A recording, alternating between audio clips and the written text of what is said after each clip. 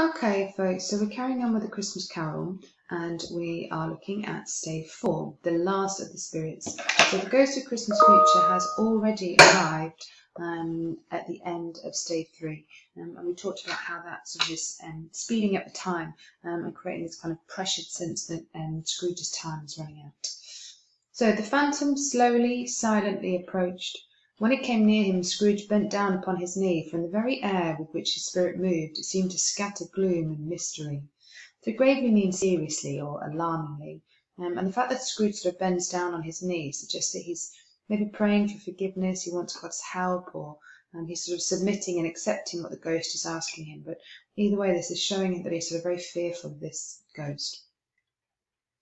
It was shrouded in a black garment which concealed its head, its face, its form, and left nothing of it visible save one outstretched hand. But for this it would have been difficult to detach its figure from the night and separate it from the darkness by which it was surrounded. He felt that it was tall and stately when it came beside him, and that its mysterious presence filled him with a solemn dread. He knew no more, for the spirit neither spoke nor moved. So here we see the spirit being associated with darkness and night, this kind of idea of evil and death, in comparison to all the references to light that we've had. And he's also presented as sort of tall and stately, almost kind of royal, like he's not really moving, and he doesn't speak. His power is all in his presence. So he does come across as very powerful, this ghost.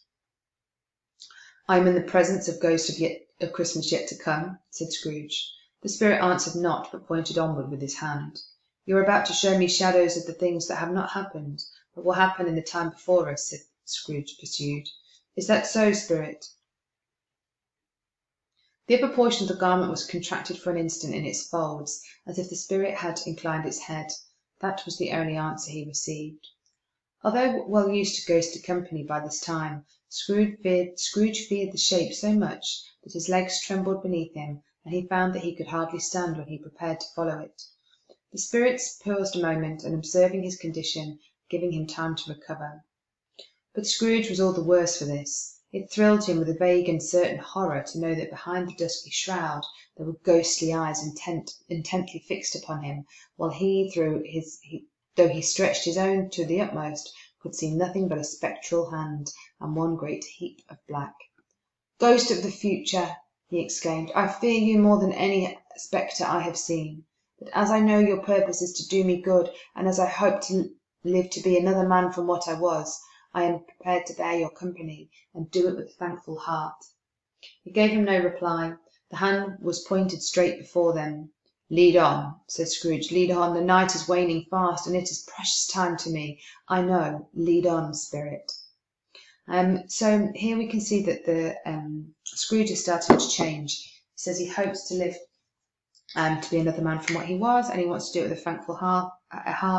And he also says that time is precious to him. So all of these things are showing that he has changed. The phantom moved away as it had come towards him. Scrooge followed in the shadow of its dress, which bore him up, he thought, and carried him along. So draw a line into that, because now we're going to the first of the kind of vignettes or the snapshots that the other ghosts have taken Scrooge to. So I've called this one Future One, and it's on the Stock Exchange. Remember, that's the kind of financial heart of London where Scrooge works. They scarcely seemed to enter the city, for the city rather seemed to spring up about them and encompass them of its own act. For there they were in the heart of it, on 'Change, amongst merchants who hurried up and down and chinked money in their pockets, and conversed in groups, and looked at their watches, and trifled thoughtfully with their great gold seals, and so forth, as Scrooge had seen them often. And this kind of list of all the things that they're doing, with its repetition of and shows they're doing all these things, they're keeping themselves busy, but really it doesn't really mean anything.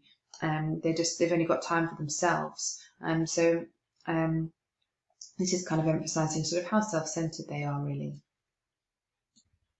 Okay, so let's carry on from page 38, the next page. The spirit stopped beside one little knot of businessmen.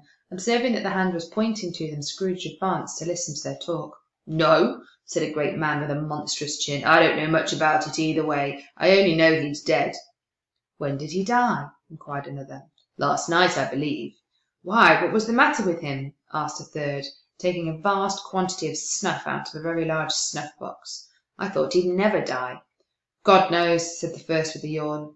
What has he done with his money? Asked a red-faced gentleman with a pendulous excrescence on the end of his nose that shook like the gills of a turkey-cock. I haven't heard, said the man with the large chin, yawning again. Left it to his company, perhaps. He hasn't left it to me, that's all I know. Now, these men remind us of the old Scrooge in their attitude. And so we've got this little knot of businessmen. We've got a group of men discussing Scrooge's death, though Scrooge doesn't realise that it's about him.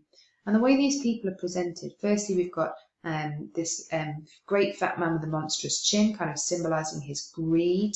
And then let's have a look at some of the things that they say. One says, I thought he'd never die, as if he couldn't care, here or there, whether he's alive or not. And then the other one is yawning as he says, God knows, which sort of suggests his lack of interest.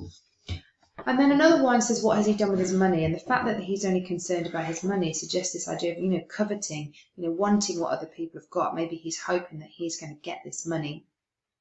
And this man is red-faced and he has a pendulous excrescence on his nose. That means like a hanging down wart, like a bit that you get on a turkey under their neck. So they're being presented as really physically ugly as well as not very nice people. So just like Scrooge at the beginning, where his personality had physically affected the way that he looked, these men are physically ugly, both ugly on the inside and on the outside. Okay, so we'll carry on from here. This pleasantry was received with a general laugh. It's likely to be a very cheap funeral, said the same speaker, for upon my life I don't know of anybody to go to it. Suppose we make up a party and volunteer. I don't mind going if a lunch is provided, observed the gentleman with the excrescence on his nose, but I must be fed if I make one. Another laugh.